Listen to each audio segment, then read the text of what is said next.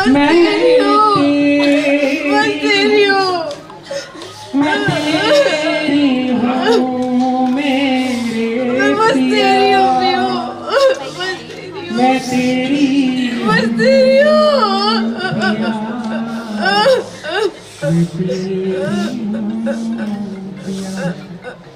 छोड़ चली मैं आंगन बाबुल का।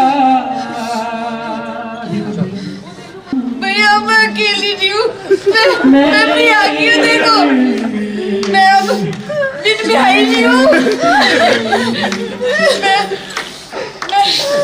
मोहे छोड़ के ना जियो। सबने देख लिया ना, अब मैं मांग भी भरूंगी।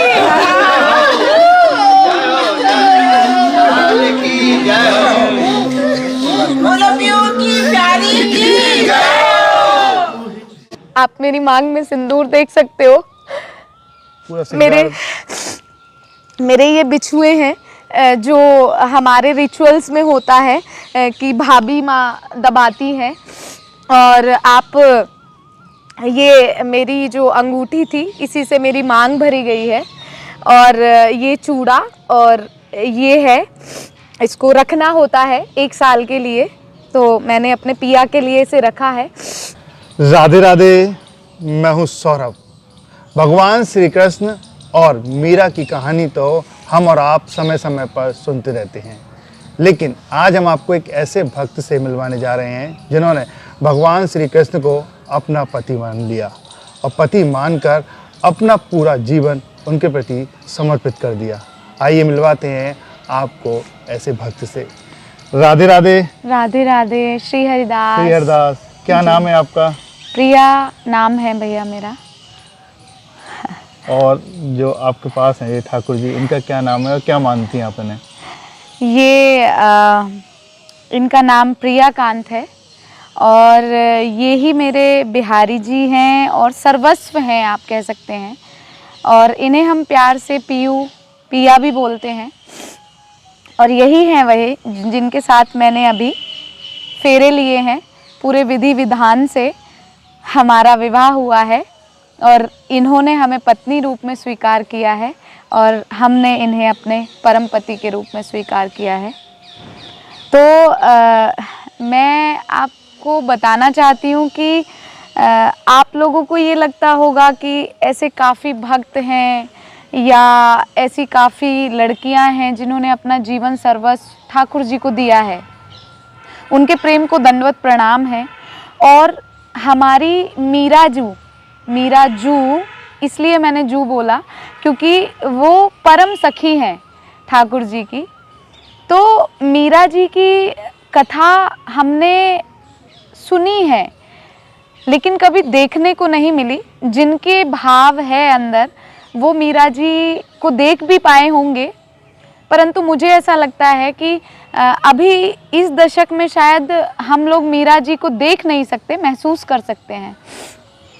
तो मैं उनके चरणों की रज भी नहीं हूँ। मुझे मीरा जी के चरणों की रज अपने मस्तक पे लेते हुए मैं उनकी कृपा से ये बोलूँ कि मीरा जी ने ही और हमारी राधा रानी ने ही मेरे ऊपर ऐसी कृपा की कि मुझे साक्षात बिहारी जी ने अपनाया है। क्योंकि एक पद है हमारे रसिकों का कि मौसम पतित कौन खल कामी, मतलब मुझ जैसा पापी कोई हो नहीं सकता, मैं सबसे बड़ी पतित हूँ। लेकिन इन्होंने बिल्कुल प्रमाण कर दिया कि चाहे कोई कैसा भी हो लेकिन मेरे लिए अपने हृदय में ज़रा सा अगर प्रेम भाव रखे तो मैं साक्षात आता हूँ। जिस भी भाव से आप मुझे ध्याओगे वरोगे मैं उसी भाव में आपके सामने साक्षात प्रकट होऊंगा। और उसका जीता जागता उदाहरण मैं हूँ आप लोगों के सामने। और मैं सबको बताना चाहती हूँ भैया कि किसी को लगे कि ये कहानी है, ये कहानी नहीं है, ये साक्षात बिहारी जी की निकुंज लीला है जिसको केवल और केवल वही हृदय समझ पाएगा जिसने कभी प्रेम किया हो।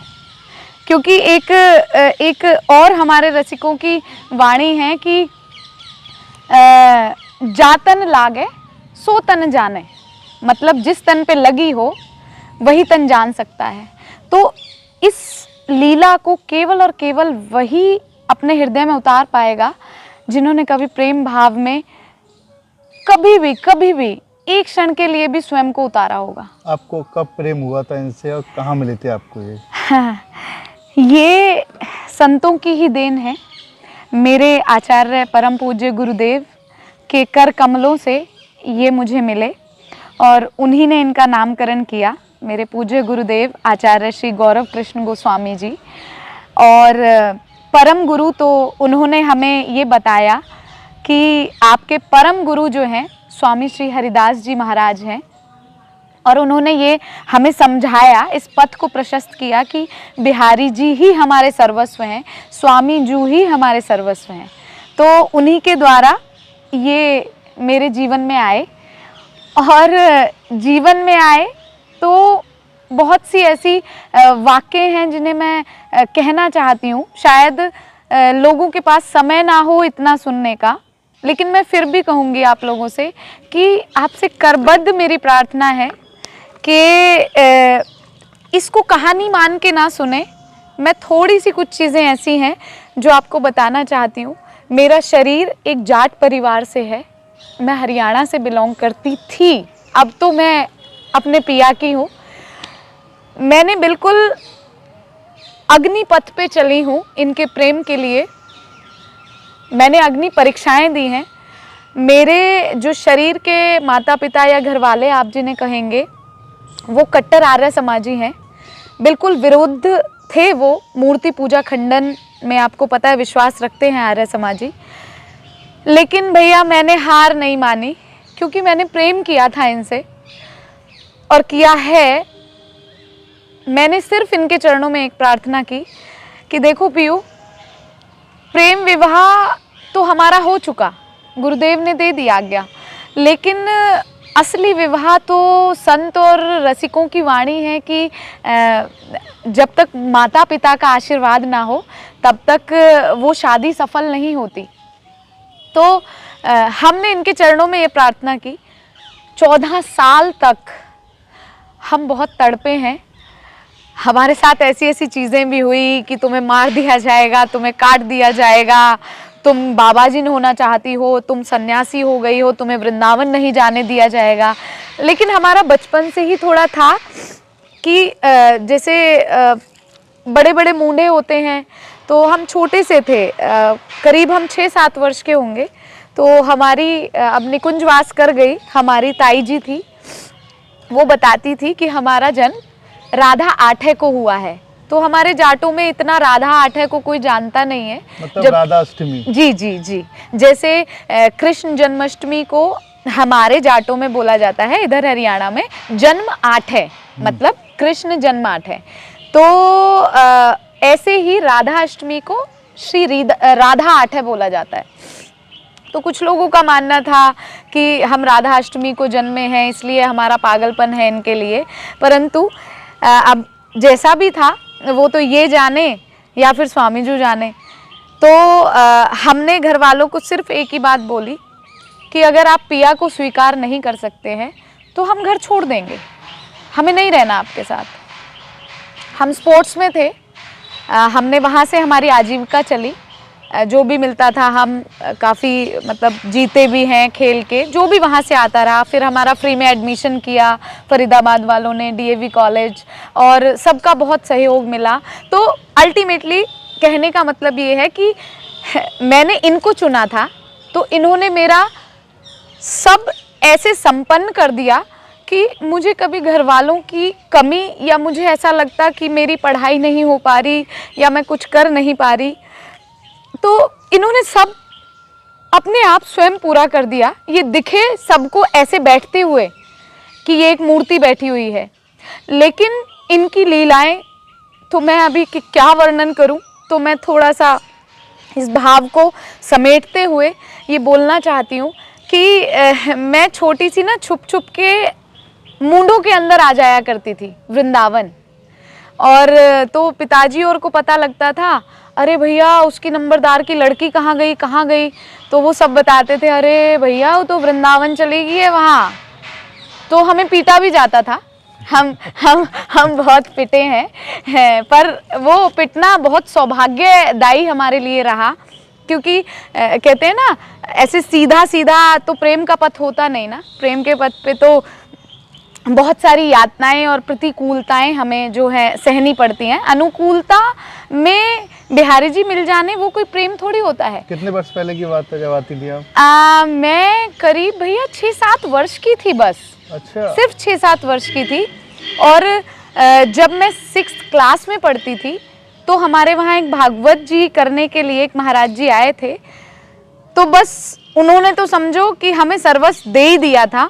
हम वहाँ कथा सुनने के लिए जाते थे पिताजी के साथ, तो हमारे पिताजी बहुत क्रोधित हो गए और फिर हमें लेके ही नहीं गए। लेकिन वही हमारे जीवन में ऐसा था कि हमें इनकी मोटी सी आँखों से प्यार था। हम बचपन में नहीं जानते थे कि क्या है कौन है, क्योंकि ये तो अभी आए ना 13-14 साल पहले इस स्वरूप में, तो ये 13-14 साल पहले आए हैं। लेकिन उससे पहले हमें सिर्फ ये पता था कोई मोटी आँखों वाला है जिसके लिए हम छुप छुप के आ जाते थे, पिटते भी थे। तो फिर पता चला धीरे धीरे कि उन्हें बिहारी जी बोलते हैं। कलयुग में स्वामी जी ने प्रकट उन्हें किया है और अपनी प्रेम साधना से किया है। तो हमारे मन में सिर्फ एक भाव आता था कि स्वामी जी के चरणों की रज लेके जब स्वामी जी अगर उन्हें प्रकट कर सकते हैं इस कलयुग में, तो क्या मेरा प्रेम ऐसा नहीं होगा कि मैं भी उन्हें अपने समक्ष प्रकट कर सकूं कि वो मुझे अपनाएं और इन घर वालों को सबको ये बताएं कि वो साक्षात हैं। बस इसी भाव में मगन होती चली गई। बहुत परेशानियां आई, बहुत कठिनताएं आई, लेकिन सब कुछ पीयू ने लाइन अप कर दिया था, या आप कहें कि सबको समतल करते चले गए उन यातनाओं को। कठिनाई आई मतलब आपके परिवार वालों ने आपका विरोध किया, क्योंकि हर लड़की के पिता माता पिता चाहते हैं कि उनका जो बेटी की शादी है वो सांस्कारिक जो लड़का है उसमें हो। ये तो ठाकुर जी से आपने की है। बिल्कुल। तो कैसे माने ये बताइए पहले तो। भैया 14 साल पहले, मतलब 13 और 14 साल पहले मैंने घर वालों को बिल्कुल त्याग दिया था कि अगर आप मुझे वृंदावन नहीं जाने दे सकते तो मैं आप लोगों के साथ नहीं रह सकती। उस टाइम पे मेरी ग्रेजुएशन फिनिश हुई थी, स्पोर्ट्स में मैं थी। क्या तो पढ़ाई के बारे में बता हाँ, दीजिए। पढ़ाई तो अब मेरी पीएचडी फाइनल हो गई है और मेरा एमबीए जो है वो एचआर से रहा है। मेन जो है मार्केटिंग मेरा माइनर रहा है और गुड़गांव की ITM university, top 10 university you can say, वहाँ से मैं शिक्षित हूँ और वहाँ से मेरी एमबीए हुई और डीएवी सेनेटरी फरीदाबाद से मेरी ग्रेजुएशन हुई है। वहाँ भी मुझे ये लोग सिलेक्ट करके ही लेके गए थे वॉलीबॉल के एज अ चैम्पियन, और वहीं से मेरा जो भी पढ़ाई का सब खर्चा सब वहीं से चला है। और उसके बाद फिर मेरी एमबीए में स्कॉलरशिप ली, मैंने यूनिवर्सिटी टॉप किया, इंटर यूनिवर्सिटी खेली। तो मैंने कहा ना कि वो तो ये सब करते चले गए, क्योंकि तू चले एक पग मैं चलूँ पग 1000। जॉब भी लगी थी ना आपकी? जी, मेरी जॉब भी लगी थी। मैं एज अ एसआई ऑफिसर रही हूँ चंडीगढ़ फोरेंसिक में, बट इनकी इच्छा नहीं थी शायद, क्योंकि वृंदावन को बहुत कॉम्प्रोमाइज़ करना पड़ रहा था और जिस रस के लिए मुझे पैदा किया गया वो रस ही हमें नहीं मिल पा रहा था। तो बस वही छुड़वा दिया। मैं as a HR air hostess उसमें भी सिलेक्ट हुई हूँ अपने इंडियन इसमें एयरवेज में, इंडिगो एयरलाइंस में। मेरे पास काफ़ी फ़ोटोज़ हैं उसकी, मैं आप लोगों को दिखा सकती हूँ। जैसे किसी को लगे कि मुझे पढ़ा के बुलवा दिया गया है, ऐसा कुछ नहीं है। I have all the proofs. तो उसके बाद भी वो भी छुड़वा दिया। मुंबई में गार्नियर में सिलेक्शन हो गया था ड्यू टू माई हेयर्स। अच्छा जी, बट फाइनल शूट वाले दिन हमारे पतिदेव हमें ले आए, क्योंकि शायद उनको वो संसार वाली पब्लिसिटी नहीं चाहिए थी और हमने इस भाव को भी बहुत छुपा के रखना चाहा भैया। नहीं तो हम जिस दिन शादी हुई थी ना, बहुत ऐसे लोग थे कहाँ कहाँ से आए हैं, सबने कहा कि हमें आपका इंटरव्यू लेना है, हमें आपका। हमने सोचा कि हमें ये प्रसिद्धि नहीं चाहिए, हमें तो अपने पिया के साथ बस बैठी रहूं कुंजन के कोने श्याम राधिका गाऊं, तो वो सब चाहिए था।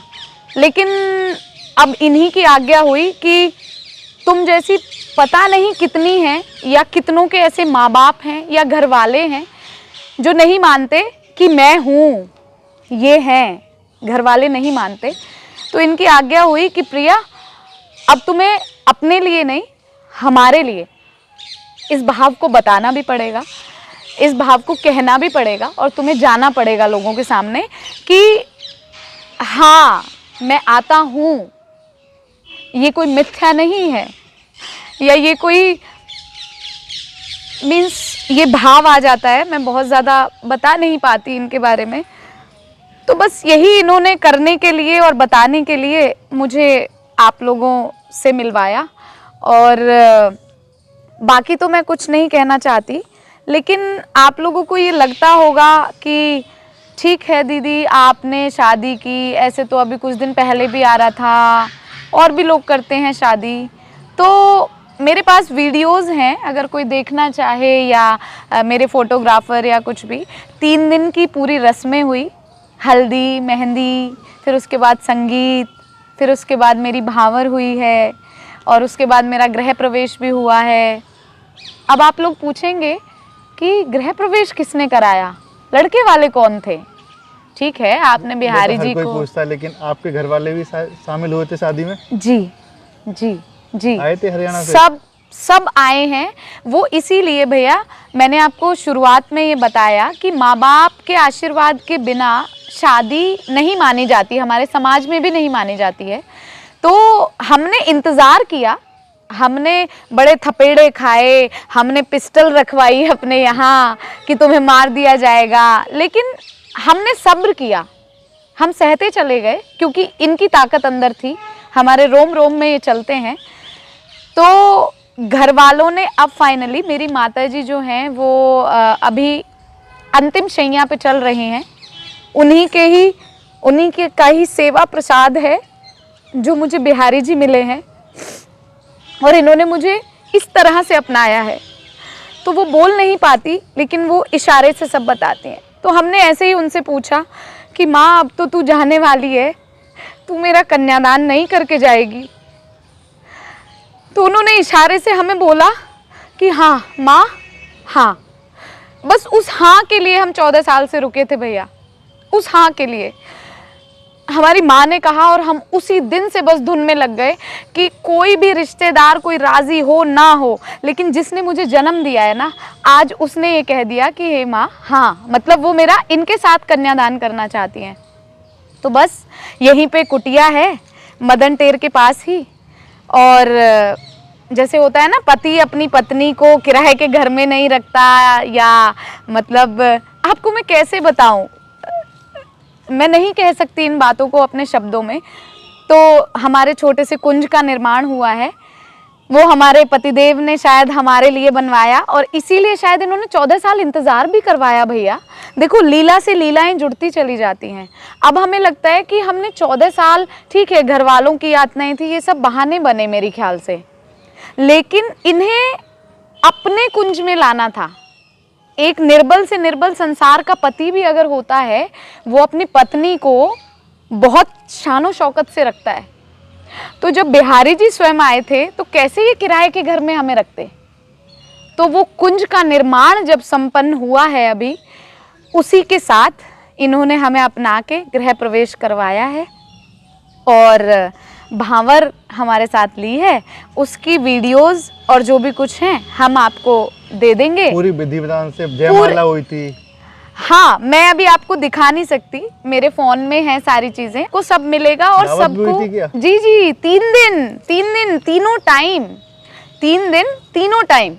हमारे पिया ने बोला कि सबको बुलाओ, सबको बुलाओ, चाहे हमारा लहंगा किसी ने सिला, चाहे हमारा कुछ भी। तो लोग जयपुर उदयपुर पता नहीं कहाँ कहाँ से आए हैं, मैं नहीं जानती कि भाई कोई लड़की है ठाकुर जी से ऐसे विधि विधान से फेरे कर रही है। और ऐसी शादियां नॉर्मली तो हो जाती हैं मंदिरों में या कुछ भी, अरे भैया वहाँ तो ऐसे हो रहा है भव्य। और यदि आप इनको पालकी में बैठा हुआ देखेंगे, जब आपको वीडियोस मिलेंगी, तो खुद ही जो देखने वाले हैं ना, वो ये कहेंगे कि नहीं ये साक्षात बिहारी जी हैं। उनके सब संशय अपने आप समाधान हो जाएंगे। मुझे तो कुछ कहने की ज़रूरत ही नहीं पड़ेगी। जब इन्हें वो देखेंगे पालकी में बैठे हुए और ये मुझे जब वरने आ रहे हैं और उसमें प्रॉपर सब चीज़ें हैं, मैंने ऊपर से चावल फेंके हैं, फूल फेंका है, मीन्स मेरे जीवन की साध जो इन्होंने इस तरीके से आके पूरी की है, मैं उसका वर्णन नहीं कर सकती। और सबसे बड़ी विशेषता कि लड़के वाले कौन है, लड़के वाले कौन है, बिहारी जी के घर वाले कौन है। आप लोगों को भी ये उत्सुकता हो रही होगी ना? हर कोई सोचेगा कि हाँ ठीक है, गोपाल जी को लेके तो कोई भी फेरे ले लेता है, कौन सा नई बात कर दी, हाँ ठीक है कर लिया होगा भाई, भाव होगा पिछले जन्म का। लेकिन मेरे बिहारी जी साक्षात हैं ये, इनमें कोई भी संशय बुद्धि ना करे। इसलिए मैं बताना चाहती हूँ कि इन्होंने मेरा ससुराल भी प्रकट किया, प्रत्यक्ष में ससुराल प्रकट किया। 4 दिन पहले की बात थी, हम इनसे 2 बजे का समय था शायद रात को, हमने इनसे पूछा कि पीयू हम तो 14 साल से साथ में रह रहे हैं, अब शादी हो जाएगी तो अब क्या नया होगा ऐसा। क्योंकि शादी के बाद तो देखो घर में भले दूर रहें, जैसे भाई बेटा बहू अगर जॉब पे होते हैं तो सास ससुर अलग भी रहते हैं, दूर भी रहते हैं। तो हमने इनसे पूछा, मैंने कहा सास ससुर भी होते हैं और ननद कोई तो होता है ना, ससुराल माने ससुराल होता है ना भाई। आप मुझे वर रहे हो, अब जब इतना सब कुछ सारा कर रहे हो ये सब बड़ा इस सृष्टि को दिखाने के लिए, तो बस ऐसी बात थी। तो हम ठीक है सो गए थे इनसे ये बातचीत करते हुए। अगले दिन ही सहसा हमारी एक मैया है, हरिवंशी मैया है, बहुत प्रेम करती हैं, लाली की तरह हमें उन्होंने प्रेम किया है। तो उनका अचानक हमारे पास फ़ोन आता है, सुनो लाडली तुम्हारी सासू माँ को हम लेके आ रहे हैं। अब हम चौंक गए एकदम से। मैंने कहा इनको क्या पता हमारे और इनके बीच में क्या संवाद हुआ, ये तो केवल हम जानते हैं। लेकिन इन्हें ये दिखाना था कि देखो तुमने जो हमसे कहा है ना, हम उस हर एक वाक्य को सत्य करेंगे प्रिया, हम उसको सत्य करेंगे। तुमने ससुराल की इच्छा की है तो हम तुम्हारा ससुराल भी प्रत्यक्ष में प्रकट करेंगे। मैंने कहा ठीक है मैया ले आओ। पर मैंने कहा मैया हम जानते नहीं कुछ नहीं, अब ऐसे कैसे, मैंने कहा एकदम से कैसे, मतलब सामंजस्य कैसे बैठेगा ना। बोली कुछ नहीं, तुम बस नॉर्मली, और उनकी बहुत इच्छा है क्योंकि वो अपने लाला को, क्योंकि 80 वर्ष की अवस्था है और वो अपने लाला को ही उन्होंने अपना पुत्र माना है, दे डोंट हैव मतलब सन, तो उन्होंने अपने बिहारी जी को ही पुत्र माना है और बहुत वो उत्सुक हैं तुमसे मिलने को। मैंने कहा मैया ठीक है ले आओ। अब मन में तो उचाट लगी पड़ी थी ना कि सास चाहिए थी, ससुर चाहिए थे, तो और किस्मतन उन्हें यशोदा मैया और नंद बाबा ही बोलते हैं क्योंकि ठाकुर जी को ही उन्होंने अपना पुत्र माना है। तो वो हमसे आई मिलने के लिए।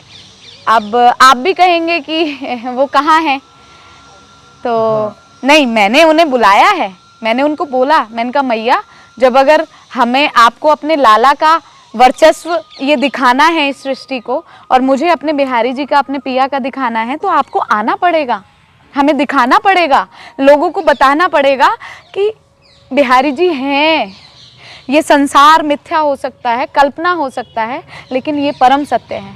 तो भक्तों को हम मिलवाएंगे जी, पहले जी। आपके बारे में और पीहू जी के बारे में बात कर लें, हाँ, तो उसके बाद मिलाएंगे जी। अब ये बताइए, जब से आपकी शादी हुई है जी ठाकुर जी से, आपके जीवन में क्या बदला?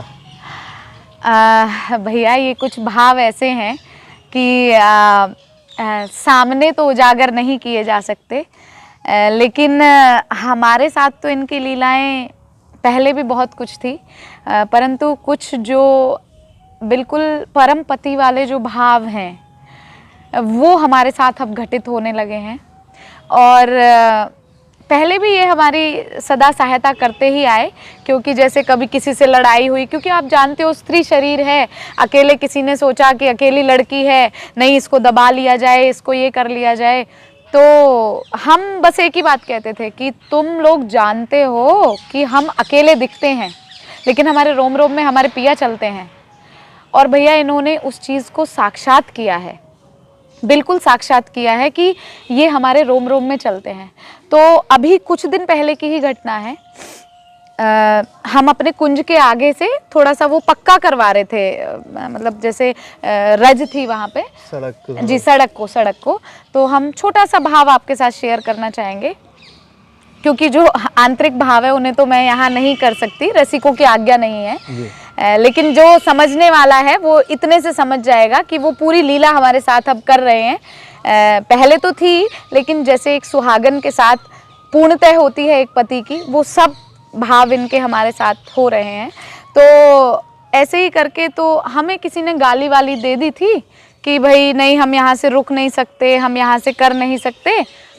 तो गाली दे के गए, तो हमने तो आके बस इनसे कहा, मैंने कहा तुम्हारे होते हुए ऐसे ही गाली सुनूंगी मैं, अब भी गाली सुनूंगी, अब तो तुमने संसार के सामने मुझे अपना लिया। लेकिन भैया आप विश्वास नहीं करोगे, अगर आप चल सकते हो तो मैं आपको उन लोगों से मिलाऊंगी। इन्होंने वापस, मैं वहां पे बाहर गई, वो बंदा दोबारा जा रहा था बाइक पे, वो रुक नहीं रहा था, वापस मतलब ऐसे चला गया था वो। मैं शांत हो गई और मैं इनसे रोक के कहने लगी, मैंने कहा तुम्हारे होते हुए गाली सुनूंगी मैं अब, चलो पहले तो जो था। मैं वापस गई हूँ बाहर, वो वापस लड़का आ रहा था, और भैया पता नहीं मुझे क्या हुआ, क्योंकि ये थे ना अंदर, इनका स्वाभिमान मेरा स्वाभिमान है, तो मेरे सम्मान और स्वाभिमान को तो ये कर ही नहीं सकते ना किसी भी हालत। तो वो लड़का आ रहा था और सडनली मैंने उससे कहा, मैंने कहा बेटा अब मत जाओ ना प्लीज़ यहाँ से, यहाँ पे थोड़ा सा सीमेंट हुआ है और आप लोगों के लिए अच्छा है, बारिश में बड़े बुजुर्गों के लिए थोड़ा इजी हो जाएगा। लेकिन नहीं, उसने तो एकदम से ऐसे झटका और मेरे बाइक पे से पैर, मतलब बाइक चढ़ जाती, बट मैं एकदम से पीछे हुई, मुझे नहीं पता उस बंदे का ऐसे गिरेबान पकड़ा गया और उसको बाइक से गिरा दिया गया। और मुझे सच में नहीं पता भैया, सच में नहीं पता। अगर आप, हमारे ना चारों तरफ कैमरे लगे हुए हैं, अगर आप उन कैमरों में देखोगे ना तो आपको ये पता लगेगा कि आपने पकड़ा नहीं, वो आपको गाली दे के चला गया। इसको गिराया किसने? ठाकुर जी का चमत्कार था ये तो। साक्षात लीला है कि तू ऐसे कैसे सोच सकती है। मैं सिर्फ अति होने का इंतजार करता हूँ, लेकिन जब अति हो जाती है तो फिर मैं किसी को भी नहीं बख्शता। वो लड़का गिरा, उसके बाद फिर उसको पकड़ा भी गया वहाँ पे, क्योंकि चला जाता तो फिर क्या ही मतलब रहता ना। उसके बाद पूरी कॉलोनी सब इकट्ठे भी हुए हैं लोग, सारे सब कुछ। फिर वो लड़का नाक रगड़ के गया है इनके सामने। हमने इनसे कहा, मैंने कहा पिया आपको चैन नहीं आया? उसने क्षमा मांग ली, उससे चैन नहीं आया। बोला ऐसे कैसे चैन आ सकता है, जब संसार का कोई निर्बल पति होकर अपनी पत्नी के विरुद्ध कोई गलत शब्द नहीं सुन सकता। तुम तो हमारी प्रिया हो, तो ऐसे कैसे चैन आ जाता। उसने आके घर पे नाक रगड़ी है, और मात्र वो 24-25 साल का बालक है, लेकिन पता नहीं उसका क्या प्रारब्ध था। सब ठाकुर जी का चमत्कार, सब मेरे पिया का है, सब मेरे बिहारी जू का है। तो ये बताइए जी, शादी जब हुई थी आपकी, जी, आप विदाई हो रही थी जी, खूब रोई थी आप जी, ऐसा क्यों? ठाकुर जी तो आपके साथ ही थे। भाव, मैं तेरी हूँ, मैं तेरी हूँ, मैं तेरी हूँ, मैं तेरी हूँ, मेरे पिया, मैं तेरी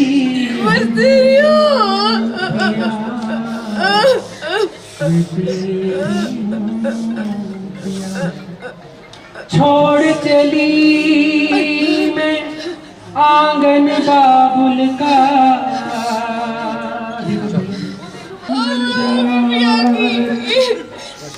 बंजार भैया मैं अकेली नहीं हूँ, मैं भी आ गई हूँ। देखो मैं अब दिन में आई नहीं हूँ। मोहे छोड़ के ना जियो। सबने देख लिया ना, अब मैं माफ भी करूँगी।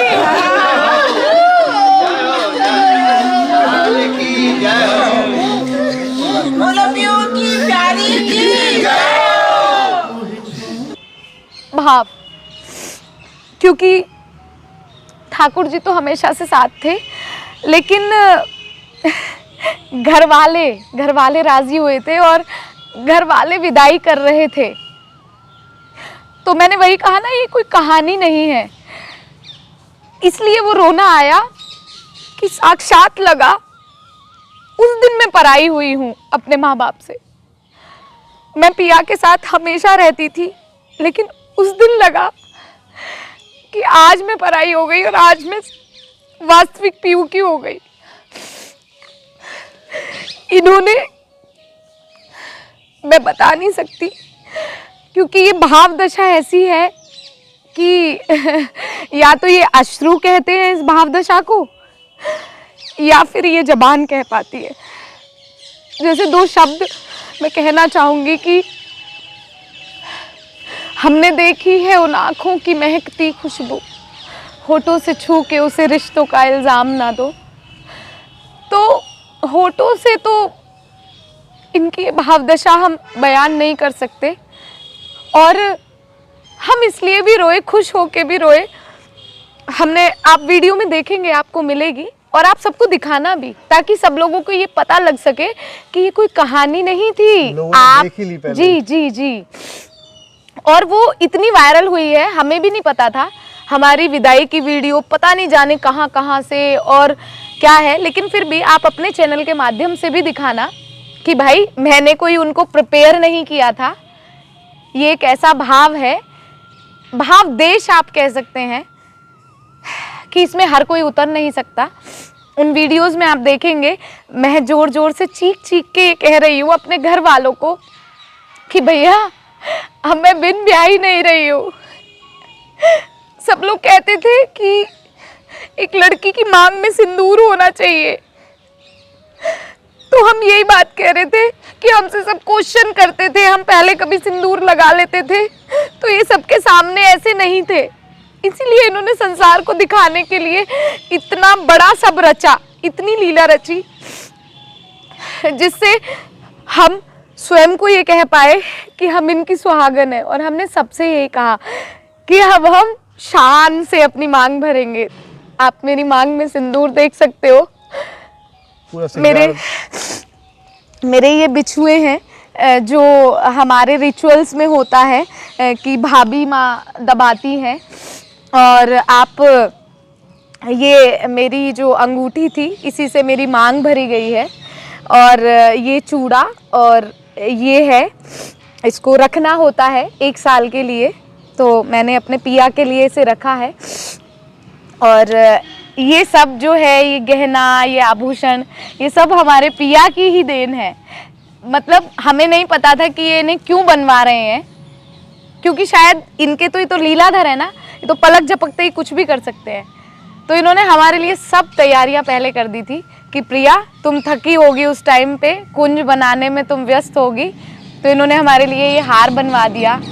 और मतलब हमारे लिए इन्होंने सब तैयारियां करके रखी थी।